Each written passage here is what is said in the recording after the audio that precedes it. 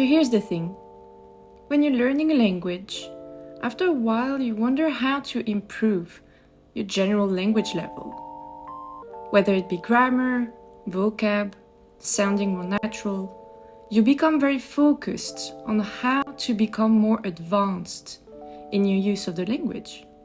Well, what if I told you you could implement today 3 habits in your language learning routine, whichever stage of your learning you're at now, that have the potential to get rid of this uncomfortable phase, and that will skyrocket your language learning.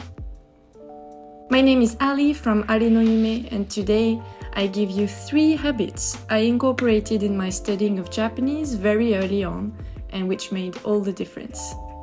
Habit number 1, the random vocab check. Alright, so you're watching a YouTube video, you're reading a book, you're listening to a podcast, you're reading an article or even a blog post in your target language, right? And you stumble upon words for the first time, or you can't really remember whether you've seen them previously or not. But the point is, you don't remember what they are. So what do? You type them in your dictionary. So here what you're doing is a random vocab check.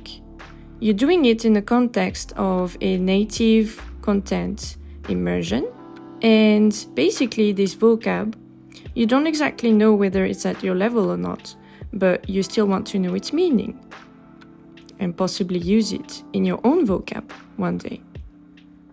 Where you got your vocab from doesn't exactly matter as long as you keep your sources diverse.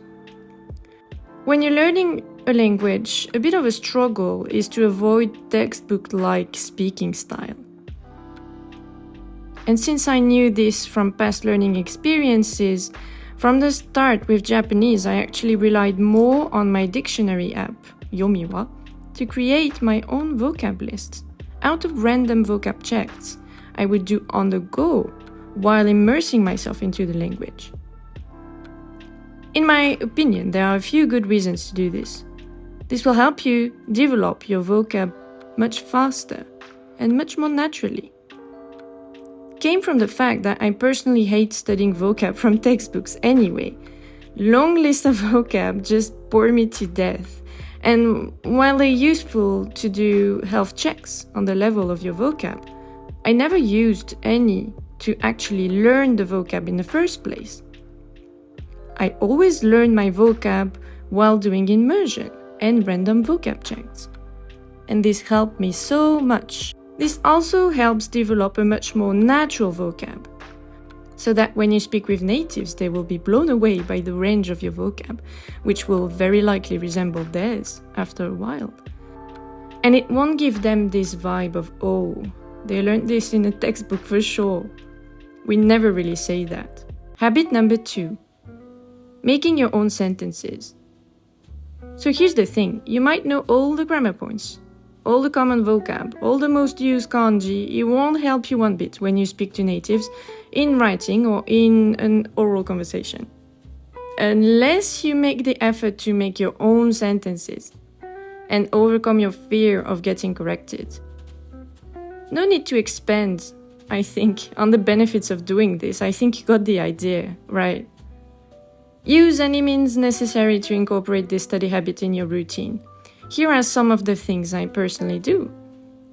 So you guys know I write Instagram captions in Japanese. I've been doing so since day 1. Here is my first. Alright, it was not a sentence per se, but you get my meaning. You can also write blog posts, write your own example sentences using grammar points you studied. Of course, speak with natives.